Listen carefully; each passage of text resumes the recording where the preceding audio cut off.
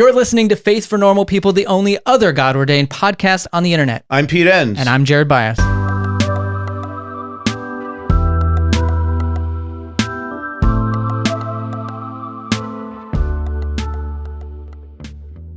This is your last chance to pay what you can for my November class, Back to the Beginning, How to Ask Better Questions of Genesis. Yes, please don't miss it. Pete will walk us through why Genesis was written, what's really going on in those strange early stories, and how the later parts of Genesis help us ask better questions. If you've ever wondered what Genesis is actually trying to do or why it matters today, this is a great place to start. The class is happening live on Wednesday, November 19th from 8 to 9:30 p.m. Eastern Time, followed by an exclusive Society of Normal People Q&A. Learn more and sign up at thebiblefornormalpeople.com/Genesis class. Today on Faith for Normal People, we're revisiting a conversation we had with Kristin Kobes Du Mez back in June of 2021. Yep, Kristin is a historian, writer, speaker, and professor of history at Calvin University. She's also the author of Jesus and John Wayne, How White Evangelicals Corrupted a Faith and Fractured a Nation. Don't forget to stay tuned at the end of the episode for our quiet time, where we'll reflect on the conversation and how it relates to us 4 years later in 2025. All right, folks, let's dive in. So much of the inspiration for ideals of Christian manhood were drawn from popular culture, not from deep biblical exegesis. Again, the fear was real in the hearts of followers, but it was actively stoked by religious leaders, by evangelical men. For what purposes? In almost every case, to consolidate their own power.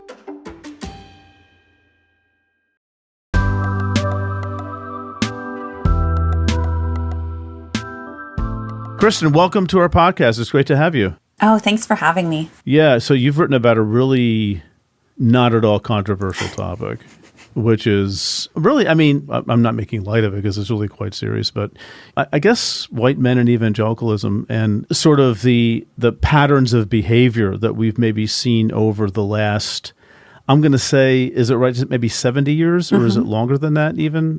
But a good long time this has been brewing, and some of it is just rising to the surface now. So, which leads to the question, what led you to be interested in researching, really the modern history of patriarchy and toxic masculinity in the American church? Yeah, so this goes back many years, more than 15 years, actually, the idea for this project. I was a new faculty member at Calvin University at the time, and I was teaching a U.S. survey course, and I wanted to introduce my students to the idea of gender in history, and particularly masculinity, how ideas of masculinity change over time, how they're linked to broader currents like economic shifts and religion and race and foreign policy and the like. So I planned this little lecture around Teddy Roosevelt. And I showed my students how his particular idea of rugged masculinity was a product of his own times and how it was linked to American empire and American power. At the end of that class, a couple of guys came up to me and said, "Professor Du Mez, there is this book that you have to read." And that book was John Eldredge's Wild at Heart. So I took their advice. I went down to Family Christian Bookstore and bought myself a copy. I had heard of it. Everybody was reading it at the time. This was back in 2005, 2006. The book had come out in 2001. It went on to sell more than 4 million copies. And so I opened the book up and I saw immediately what they were talking about, because Eldredge opens his book with a quote from Teddy Roosevelt. And then he goes on to sketch this really militant, militaristic conception of what he calls Christian manhood.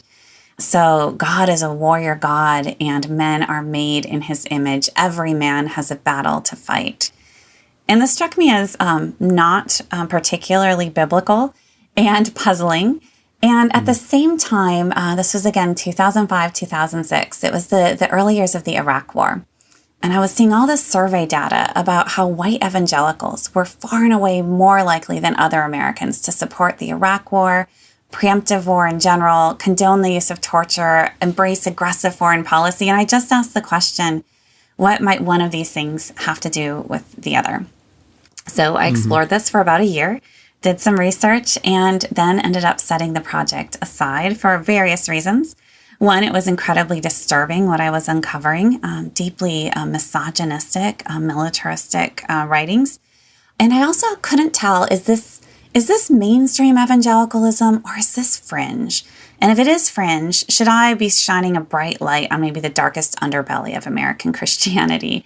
So I just kind of bracketed it, set it aside, and it wasn't until the fall of 2016, in the weeks after the Access Hollywood tape released, actually, that I ended up pulling this research back out because what I was hearing around evangelical support for Donald Trump reminded me so much of the rhetoric that I had immersed myself in all those years ago in evangelical writing on Christian manhood.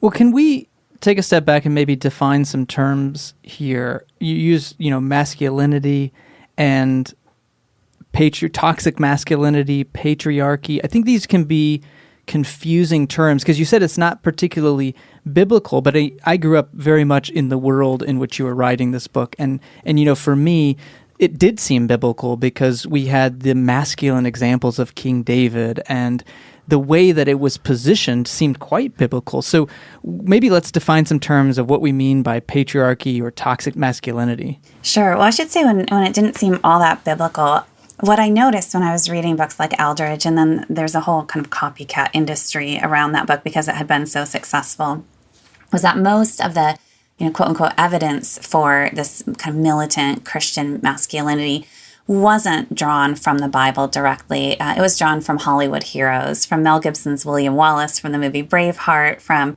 movies with John Wayne, mythical warriors, soldiers, and the like, with some Bible verses sprinkled here or there. Interesting. Right. Okay. But yes, defining terms. So patriarchy is pretty simple. It's really just, male power, masculine power, where most power is given to men and restricted from women. So it can take different shape in different historical periods. And yes, there's certainly a Christian patriarchy and a tradition of Christian patriarchy. And there are ways to interpret different Bible verses to support male leadership, male headship in the church, in the home, and in society. And there are ways to interpret those very same Bible verses that really undercut patriarchal leadership, as you well know. So that's kind of patriarchy. Now, you mentioned toxic masculinity, which is a phrase that I don't actually use in this book, largely because I'm aware that is a phrase that really resonates with certain people, particularly progressives, liberals, and so on, know exactly what we're talking about. And I think it really can put off conservatives. It's a very loaded term. So instead, I just described things that actually could be described as toxic masculinity. And here what we're talking about more is not just the idea of, maybe more narrowly masculine authority or male headship in Christian circles, but all of the kind of cultural trappings that then get built into those patriarchal systems. So it's, what is it? What is a man? How did God make men? In all sorts of ways. So God made them not just to lead, but to be a kind of militant warrior leader. God filled men with testosterone, and so they have these impulses that are very hard to restrain, and that's what makes them so aggressive and such good warriors to defend faith, family, and nation. It also, entails ideas about sexuality, that men have a hard time restraining their sexual impulses. And so there's all these kind of layers that get added onto male leadership attributes that are very quickly turned into, all men are created this way, or all men are this way, and that God designed men to be this way. And these are things that arguably can cause great harm to men themselves, and to women, to children, and really in terms of society and even international relations and so on. So they can have some really caustic effects. Yeah. You mentioned, maybe not using the term toxic masculinity, but describing things. What are some of these examples? You've thrown out William Wallace and Hollywood, but are there certain cultural moments over the last several decades that you would point out that led people to identifying with this kind of Christianity or this kind of Christian manhood more than others? Well, can I ask too, Jared, just in the context, can we go back before Teddy Roosevelt, or do you think that's sort of like a real crystallizing moment, practically speaking? Yeah, definitely. In the book, I look back to the 19th century, just very briefly. more to disrupt any notion that, this kind of more militant, rugged masculinity is just default masculinity or default Christian masculinity. Because if you look in the 19th century, you can find ideals of Christian manhood that are not this kind of rugged warrior ideal. Quite the opposite. To be a man is to really master self-restraint, this gentlemanly self-restraint, right? That's this kind of Victorian Christian ideal of mature masculinity.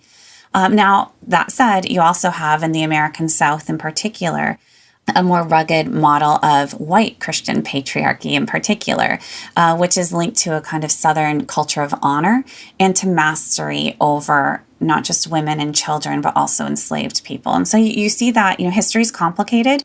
You can find continuity and change. And so you can find some kind of precursors, but you can also find patterns that disrupt more recent time. And I thought that was really important, that things have not always been the way they are now.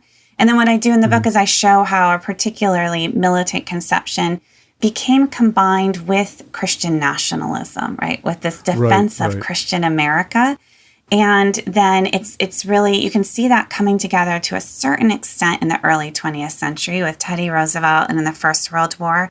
But even then, you had liberal Protestants who were as likely to embrace this kind of muscular Christianity and Christian nationalism. And you had conservative Protestants, excepting Billy Sunday, of course, but you had many conservative Protestants who resisted, particularly Christian nationalism. And so it's not really till the Cold War era that things come together in a way we would recognize today. So the 1940s, 1950s, when we see conservative white evangelicals linking this defense of Christian America to gender traditionalism and the idea that the man must serve as provider and protector. And given the Cold War threat, this role of protector is really important. And because it's a military threat, that role has to also be an aggressive military defense, and offense is usually the best defense. And so it's the Cold War era where this really does start to come together powerfully. We have Billy Graham, the formation of the National Association of Evangelicals, and that's the era where things really come together. Yeah, I mean, what really struck me in reading your wonderfully disturbing book, Jesus and John Wayne, was this Christian nationalism connection to toxic masculinity and just the almost effortless weaving together of those things. And, here we are. You mentioned Billy Graham. And I think I'm thinking about people who may want to pick this book up and read it, and I hope they do. And, there are some sacred cows that get tipped over in the book, and for very good reason, I might add. Could you mind riffing a little bit on Billy Graham's influence in this whole merger of Christian nationalism and masculinity? Yeah. Some responses I've gotten to this book is I've heard more than once, you named names. And, frankly, as a historian, I don't know how else to write. But yes, Billy Graham is one who comes under some scrutiny. But really nothing that historians haven't been saying for a long time. It's just that white evangelicals have tended to tell their own histories, their own versions of events. And in that version of events, Billy Graham is this kind of untouchable hero, all that is good in evangelicalism. And so I really did set out to disrupt that. One of my favorite pictures in the book is this young Billy Graham. And he's this dashingly handsome figure. And he rose to fame as an evangelist in the Youth for Christ ministry. And that was during the Second World War. And so he embraced this defense of America, of Christian America. And that was really at the center of his ministry, extremely patriotic. And then he ends up being the center of this web that is evangelicalism, this web of institutions and popular media and magazines and radio, and he's really the hub. And he has this access to power, right, with the Eisenhower White House and a line of presidents following. And he's incredibly ambitious, politically speaking. And he's also, as I show in the book, an ardent supporter of Cold War militarism, of American militarism, of the war effort in Vietnam. And in so many ways, then, he kind of represents what white evangelicalism becomes. on civil rights too. He has this reputation for, taking down the divider between Black and white attendees at his crusades, which was true. But that's about as far as he went. And he certainly stepped back from a wholehearted critique of segregationism, and certainly stepped back from a full-throated support of Martin Luther King Jr. And so I just tell this story that is a familiar story to professional historians. But I frankly wasn't quite prepared for how shocking some of this history would be to white evangelical readers, who really had to think again about this figure that they'd really held in such high esteem, and that they thought, he defines the best of evangelicalism. And if that's the best of evangelicalism, then we kind of have to rethink who we are and what evangelicalism is as a tradition.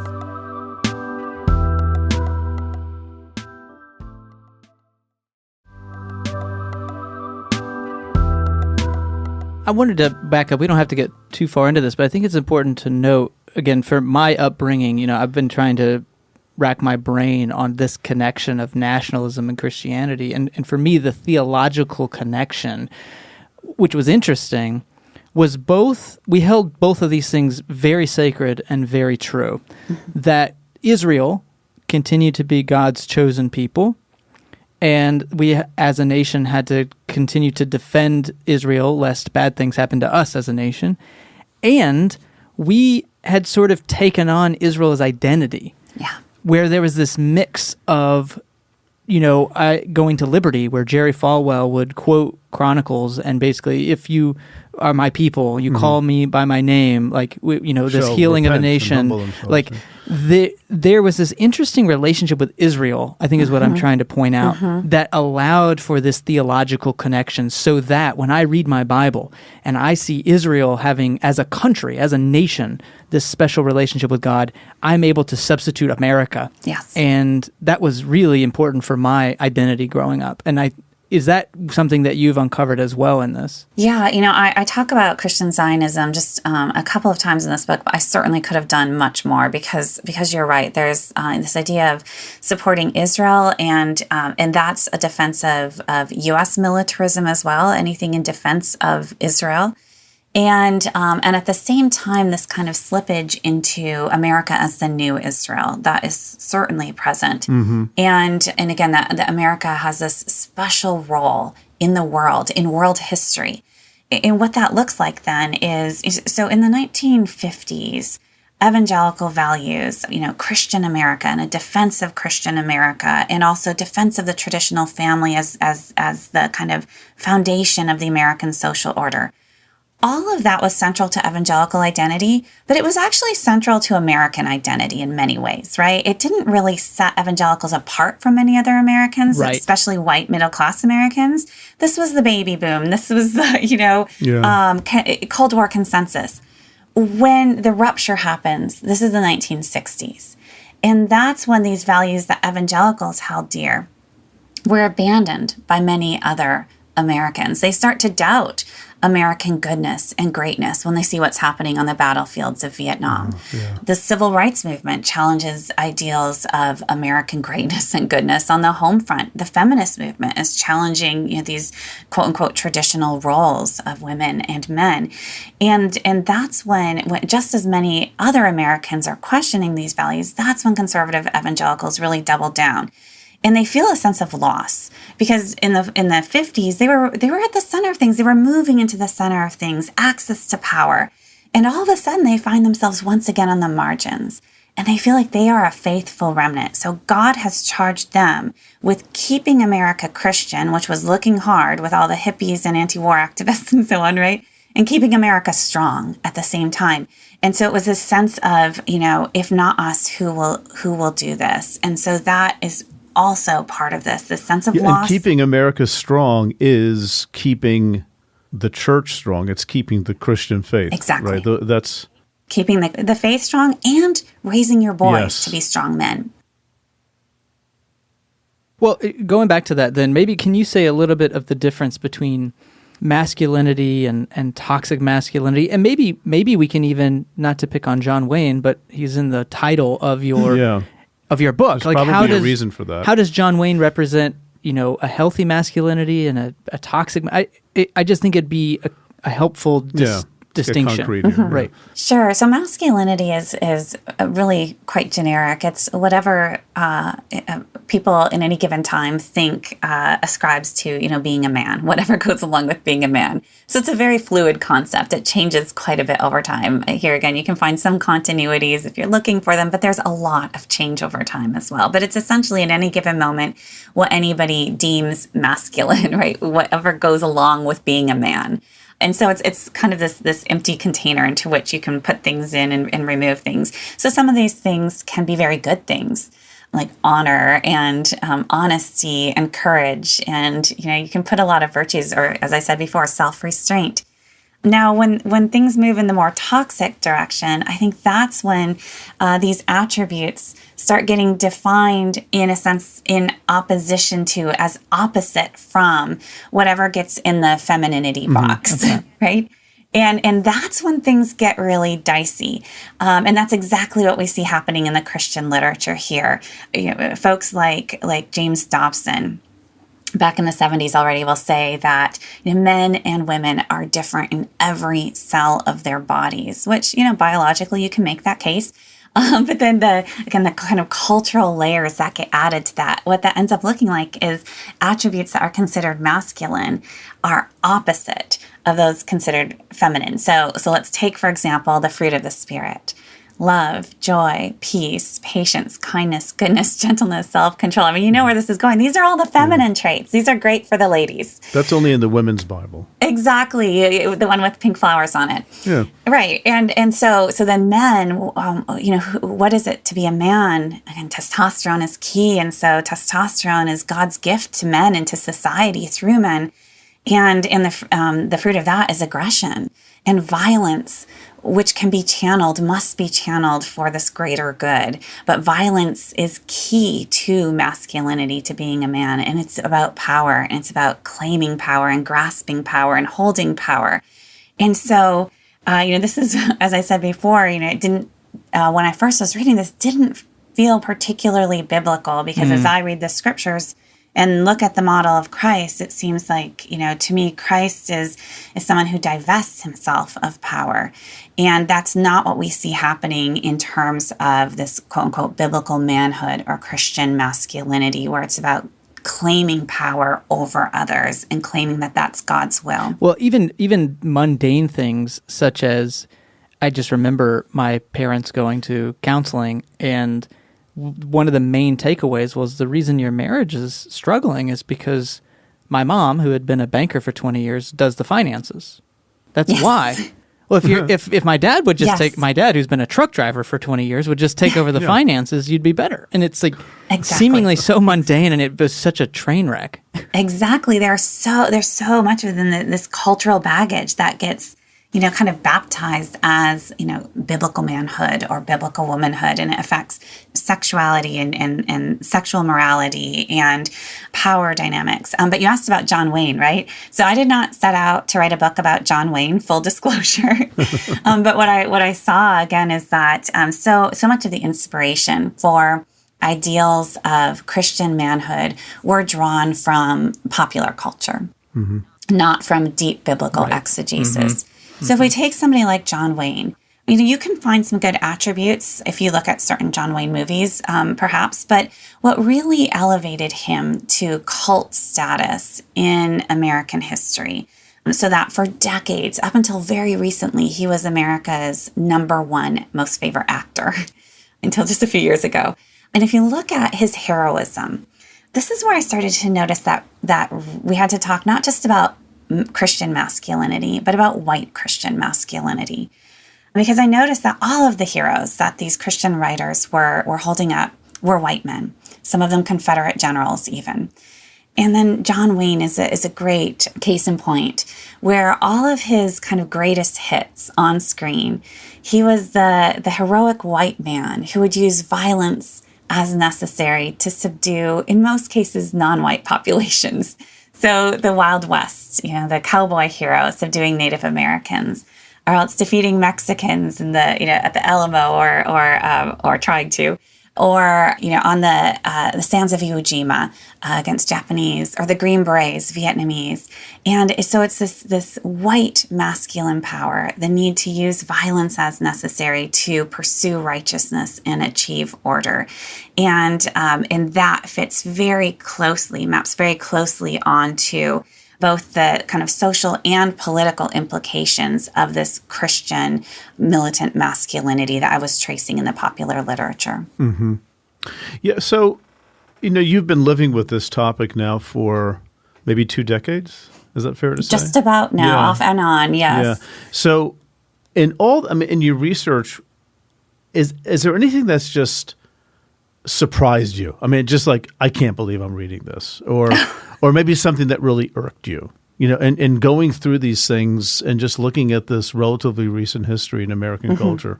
Yeah, many things, honestly. I did not know what I was embarking on. Is this part 2 of our podcast? We need more time for this? Right. One of the things that shocked me. Well, first, let me step back and say, I set this research aside for more than a decade. But I didn't stop paying attention. I kind of kept tabs on some of the leading proponents of this militant Christian manhood. And what I saw is one after another in the course of the decade became implicated in scandals, abuse of power, right. and often sexual abuse, either directly or indirectly supporting friends who were perpetrators. And so I paid attention to that. And when I went back into the history, I was shocked at how we should have expected this, at how these ideals of masculinity and femininity mapped onto kind of sex advice. I read a lot of Christian sex advice manuals from the 60s and 70s up to the present. As we all do. Yeah. As we all should not do. And what I found there was incredibly disturbing. Really that blame women for abuse. It's a woman's fault because men, again, testosterone, you can't really expect them to restrain themselves, not very much at least. So if you're an unmarried woman, you absolutely cannot tempt a man. And if you are a married woman, it is absolutely your obligation to fulfill your husband's every sexual need. And so if he ends up being an abuser, even of a child, clearly you aren't meeting his needs. It was that blatant and that shocking over and over again. That would be one of the things. All in the interest of keeping the system intact. Yes, Yeah. right. So always look at power, right? Who's wielding power and to what ends. And then the other thing I was not prepared for that I kept bumping up against in this research that is, I think, relevant in where we are today was the question of authority. Just how important, authority, or if you will, power was. Going back to the 60s, the 70s, this sense of we need to reassert authority over culture, over young people, over children, over women. And as I was reading this, it kept striking me that this is really leaning towards authoritarianism. This is deeply anti-democratic, and I wasn't sure what to do with that. But I just wrote it into the history, wrote it into the narrative I was telling, and really only in recent years have I had to kind of grapple with the implications of this in terms of the resiliency of American democracy, our democratic institutions and norms. I mean, I don't want to go down this tangent. I think there is, though, some important. You clearly do. I do. When I say I don't, I mean I really do. But I just can't help but think, though, if we're taking, what do we do with the Bible in the midst of all this? Because I think there's some challenges within that. Just you bringing up democracy, I'm like, well, the Bible doesn't have democracy in it. There isn't a lot of democracy being advocated for here, in a lot of ways. And so there, I guess I'm trying to figure out what went wrong over the last 50 to 70 years that we had this Bible that Christians for a long time have sort of staked their faith on and said this is really important, it's central to our faith. And yet you mentioned there's something particular in the last 50 to 70 years, 100 years, that went awry. I'm speculating because I genuinely am just processing out loud, but is there something about having this consciousness of war, and there's a lot of fear now around it? We now have video, we have pictures, Vietnam War, where we can see it on our nightly TV screens. is there a fear that had led to this overcompensation where we have to somehow justify violence so that we don't feel so afraid? I'm just trying to figure out where this came from. I love this question. So did fear kind of lead to this violence? That was absolutely my operating theory when I started this research. And that was, honestly, if you look at, conversations around the 2016 election and explaining white evangelical support for Trump, it was really the narrative of evangelicals were largely holding their noses, and they were just desperate. They were just so afraid to protect their religious liberty, to kind of protect their very existence. And so any extreme actions were the response of fear. That was my kind of working theory. And then when I went back into the history, I realized that at a certain point, we needed to flip that script. And now, if you go back into the Cold War era, sure, you can see that there was a lot of fear. But then one of the questions I started asking was, who is stoking that fear? And what I saw is over and over again, which isn't to say there weren't legitimate fears in during the era of the Cold War, but there's an active stoking of that fear, both by the government and by religious leaders in the early Cold War era, throughout the Cold War. And then I started looking at specific examples. I started looking at things like Jerry Falwell Sr.'s ministry and Mark Driscoll's church, and even these crazy stories of the fraudulent ex-Muslim terrorists that were all the rage after September 11, right? And what I saw in each case is that the fears were real. The fears of ordinary evangelicals were very real.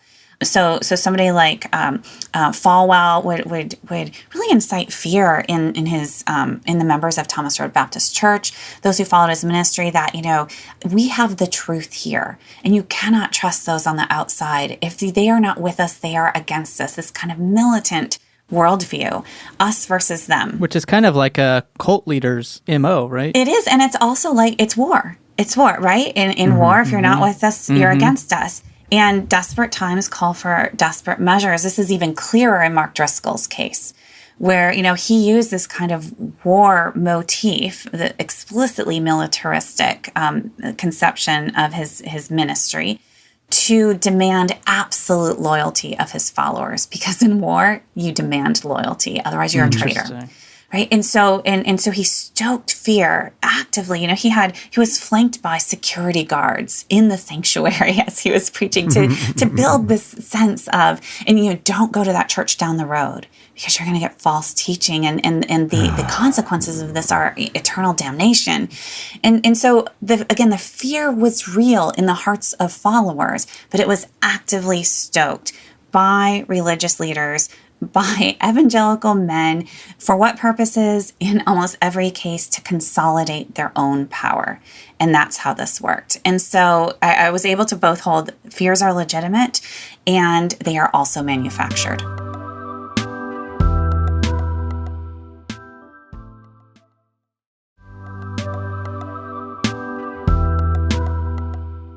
Yeah, I mean, capitalizing on fear, which many people have described the Donald Trump era that way too. Yes. Right. There are some fears that people have, but these fears are being stoked. I think, for me, one of the big takeaways, Kristin, is along with Christian nationalism, is the simple observation that you're answering a question people have asked: how could evangelicals vote for Donald Trump? Yeah. Well, here's why. Because this is a very old problem. I mean, not hundreds of years old, but it's decades in the making. And it's not that this is something that the evangelical system that's aligned with politics, this is something they've created, right? Right. That's a scary thought to me. It's that's not scary. It's just disturbing and infuriating and even maddening that this has happened. And people just don't see it, and I just don't know why. I don't know. What am I talking about? I mean, why do people see anything? It seems rather obvious to me that you can't. It's really hard to mix the gospel with this kind of Christian nationalism. Yes. And you said, they might appeal to Bible verses taken out of context, whatever, but the ethic of Jesus is such and such. But they take care of that too. Yeah. They have posters of Jesus who's ripped, carrying an AK-47 and like a bandana, and Jesus wants you to fight and kill people. Exactly. This is the corrupted the faith part of my subtitle, right? It's what I noticed is, in the case of Donald Trump, in the case of John Wayne, the heroes that they looked to, the warriors that would lead the charge, were not coincidentally men who were not actually formed by Christian virtue, right? Because they could come in and they could do what needed to be done. They would not be constrained by traditional Christian virtue at all. So they were paradoxically the most fit to protect Christianity. And again, the best defense is an aggressive offense. And that's why we have to see Trump in many ways, not as a betrayal of evangelical values, but as the fulfillment of those values. Right. That answers a very basic question that people have asked. Again, look at all the stuff that Donald Trump has done. How can Christians support him? Again, here's the answer. Yeah. Because he's an outsider who can get away with stuff. Yeah. Yeah. Right? And they have to change Jesus then, right? Because if we're supposed to be followers of Christ, who is your Jesus? Right. And so they do transform Jesus into this, a warrior leading, wielding a bloody sword, charging into battle on horseback with tattoos down his leg. That's Driscoll's Jesus. Yeah, it is. And it just reminds me, I was trying to look up the quote, but I think Jerry Falwell Jr., toward the end of Trump's presidency, basically kind of made that point of, it's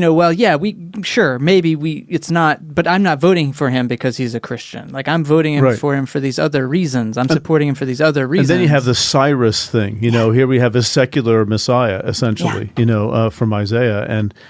And all these things, you can find biblical support, of course, for anything. You can find biblical support, but there they have it, and I just, what's stoking that? What's the motivation? What I'm asking rhetorically now. It's just it's a very complicated issue, and getting out of it is going to be even harder. Well, let's go there, because I think I want to make sure we have time to talk a little bit about this. The saying, "Those who don't understand history are doomed to repeat it." So you've done the historical research. Yeah, fix this, Kristin. How do we not repeat it? Like, what are some steps we can take to wrest Christianity from this ideology? Or can we? I mean, we're always, in some ways, we go from one system to the next. We can't delude ourselves into thinking we can be systemless, but are there steps that we can take here? So, early on when I started writing this book in earnest, I thought, I can change things. I'm gonna hold this up, and it's gonna change things, and it's gonna reform Christianity. And then just a few months into the research, I gave that up. I saw just how deeply embedded this all was. And then I just decided I'm gonna testify to this. That's all I can do. And then I got to the end of the manuscript, preparing it for publication. And at a certain point late in the game, my editor emailed me and said, "So this is a really depressing book, Kristin, and you can't leave your readers here. You need to give them something." And so I gave it some real thought, and I responded to him, "I've got nothing. I feel as depressed as you do." Jesus is coming back real soon. I mean, it's maybe it's not looking good, is what I said. And then he said, "Okay, I respect that." And then about 2 days later, another email, "Kristin, just give us something." And so that's when I went back and I gave him the last sentence of the book, which is right. That's good.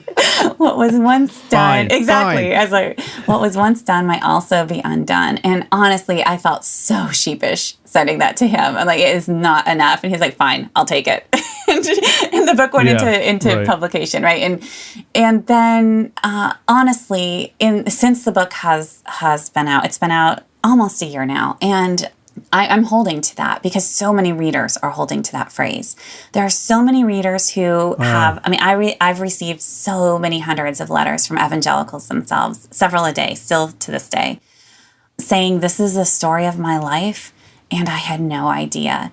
And, I think that history can help explain how their own personal stories are part of this larger story, and how they have, in fact, wittingly or unwittingly been complicit in bringing us to where we are now. And so I'm hearing a lot of energy around this question, what do we do next? How do we undo this? First, ultra important step is to see where we are and how we got here, right? Because if we see that things have not always been this way, then we can figure out, okay, who made these choices? Because choices were made, and to what ends? And again, it's usually to enhance somebody's own power. And then we can start to say, is this where we want to be as a church? Is this where we want to be as God's people? And that's a critical first step. So I'm a huge fan of history and what it can do to open up these questions.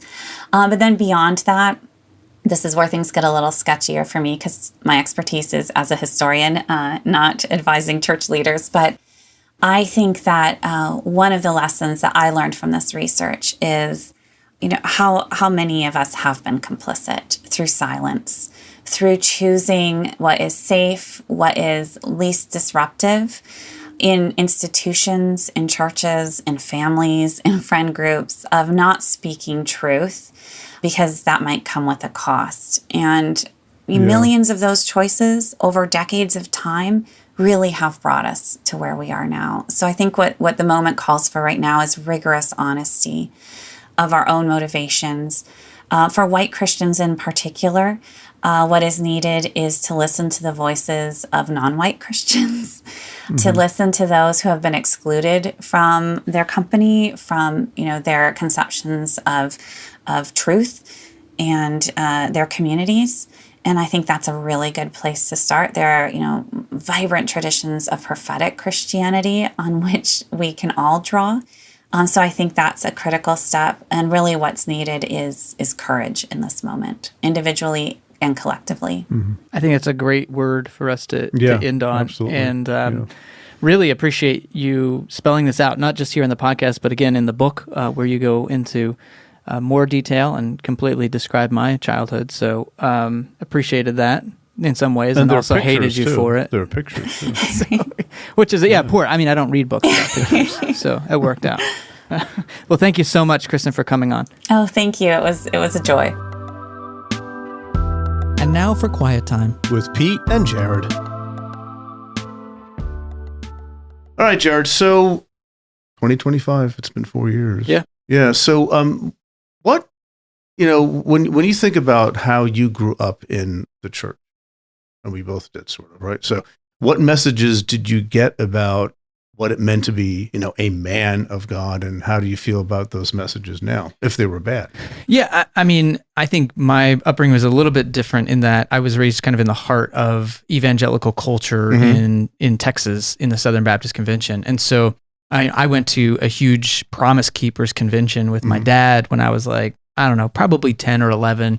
And this was really about recapturing manhood. It's written actually in Jesus and John Wayne. Kristin references Promise Keepers in these conferences. Right. And so I went to one of those. So that was very much shaped into what it meant to be a man of God. And now looking back on it, it really was, what does it mean to be a man in a certain Christian culture within the framework of suburban American culture in the 90s? But we wouldn't have had that layer. We thought we were directly getting back to what God's intention was for manhood, but it was definitely within a particular cultural moment. Yeah, we're getting the Bible straight, but they're actually seeing it through a pretty significant filter. Yeah, and I think one very personal story about this was during this time that my parents were influenced by it. They'd received these messages that in order for my dad to be a real man of God in this sense, he needed to be the leader of the household. And what that meant was he needed to take care of our finances. My dad was a truck driver. Yeah. My mom worked at a bank. My mom was an officer at a bank. But you have to do it. Exactly. Like this is why you're not being blessed by God, is because you don't have your house in order, literally. You got to order it correctly. And that is the man's at the head of the house. And that means certain specific things like taking care of the finances. It was a disaster. It worked like 3 months and it created a lot of problems in their marriage. It was terrible. But fortunately, then they kind of went back and were like, well, that didn't work. Yeah. But that's the kind of thing about that. Those are the kind of messages I would have received. And because it didn't work when I was a kid, growing up in a pretty matriarchal household, like in, Choctaw as a culture is matriarchal. And I grew up with a lot of strong women. And that just didn't jive with sort of how my actual life worked. So I got rid of those messages, I think, pretty early on. What about you? Well, I wasn't raised in the church that way. Right. I wasn't part of an evangelical subculture until like well into high school, almost towards the end of high school. And You were already a well-baked man at I the was time. a well-baked man of God. So I didn't have, like, there were never these biblical expectations put on anybody in my house about anything. That never came up. So, but the thing is that I was still raised in the 70s, and maybe the beginning of women's liberation, but it didn't affect my house at all. And there was still a sense of, my dad goes out, he goes to work, my mother worked too, but, my dad was the main breadwinner, but, my mom kept the house together and she worked as well. And again, you could not give my dad a checkbook. He wouldn't know what to do with it. Right. He couldn't go grocery shopping. He got the wrong stuff. I just didn't, So my mom, she was the glue that held the family together. And that has stuck with me as well, because I think about my mom a lot, and I really ask, what would she do in a situation like this? Because what she sort of modeled for us. But, I'm sure it's there. I'm sure that the patriarchal, the influence, the DNA is in the bloodstream. I'm really messing up my biology here, but you know what I mean? So, it's in our blood. And, we have to be aware of that as well. Jared, you and I, we're men, living in our culture. And, but yeah, I'm thankful. Actually, I didn't have those kinds of influences, but I was influenced by other areas of our culture and again, suburban culture and just what kids say in school and stuff like that. And, well, that's part of Kristin's point is that the irony that we were taught to resist the influences of the culture, but this version of Christianity was just infiltrated with this toxic masculinity that we saw in the broader culture. They're of the world at that point. Think about that, But then they say, but the Bible models endorses it. Yeah. So let's talk about that. So in your opinion, let's talk about Jesus's life and maybe the Bible more broadly, because those may not be the same thing. Does the life of Jesus and the Bible confirm or challenge these versions of masculinity? And even updating it from 2021 now to 2025, that maybe has even shifted a lot's more. happened with right. Empathy's bad, and Jesus wasn't empathetic ever, kind of thing. Right. But I don't want to present Jesus as this modern person who would be marching in parades and things like that. I don't know what he would do. But I know that he upset cultural norms. There were women who hung around with him and followed him, Mary Magdalene being one of them. And her importance may have been buried in church history, as people have mentioned. So I do think that Jesus, on the whole, it's hard to say a militaristic, male, gun-toting, rough-talking male is what Jesus is modeling for us. Right. It's servanthood, it's self-sacrificial, it's modesty, it's humility, it's saying hard things when you need to and not being afraid to. There's courage in Jesus as well, and talking to the powers that be and didn't mince any words. But it's not, it's not the gun toter who just says women should stay at home and have babies and cook. I don't see that.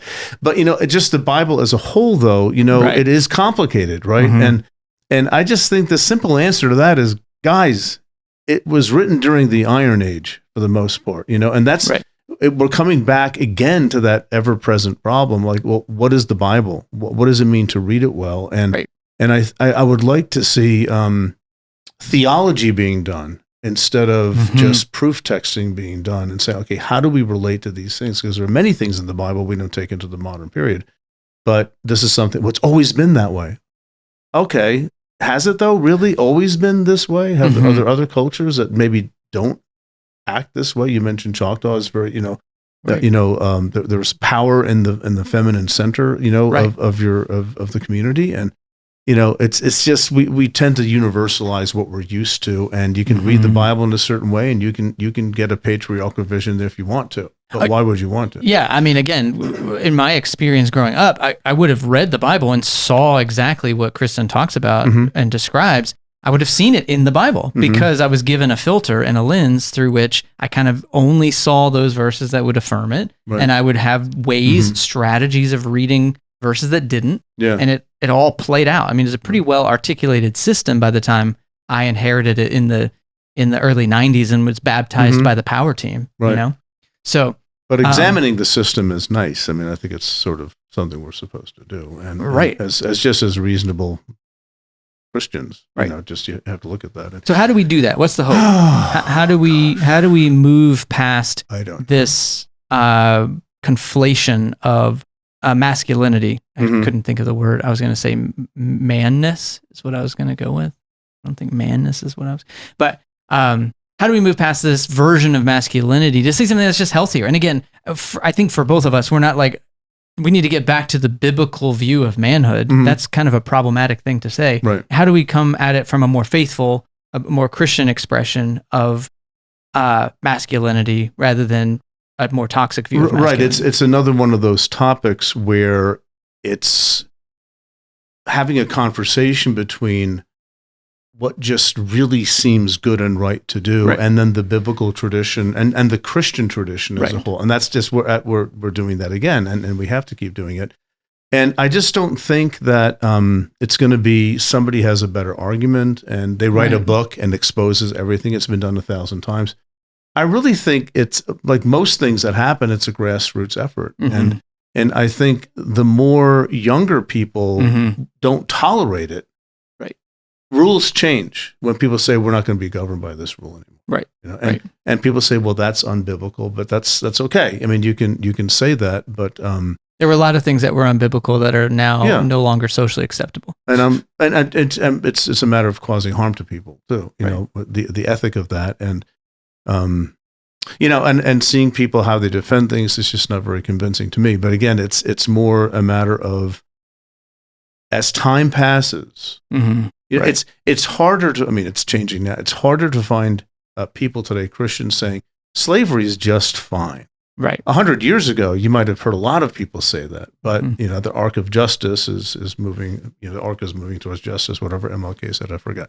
But you know, that's sort of where we are, and it's going to keep moving, and I hope it does. And it's dependent on people just saying enough. We're not going to do this, and you know, Kristen's one of those people saying that, as many others are. Yep. All right. Well, thanks everybody. We'll see you next time. See ya. Well, thanks to everyone who supports the show. If you want to support what we do, there are 3 ways you can do it. 1, if you just want to give a little money, go to thebiblefornormalpeople.com/give. And if you want to support us and want access to our library of over 50 classes, plus bonus episodes, an ad-free podcast feed, and a thoughtful community of people asking tough questions about the Bible and faith, you can become a member of our online community, the Society of Normal People, at thebiblefornormalpeople.com/join. And lastly, it goes a long way if you just wanted to rate the podcast, leave a review, and tell others about our show. In addition, you can let us know what you thought about the episode by emailing us at info@thebiblefornormalpeople.com. You've just made it through another episode of Faith for Normal People. Don't forget you can catch our other show, The Bible for Normal People, in the same feed wherever you get your podcasts. This episode was brought to you by the Bible for Normal People team.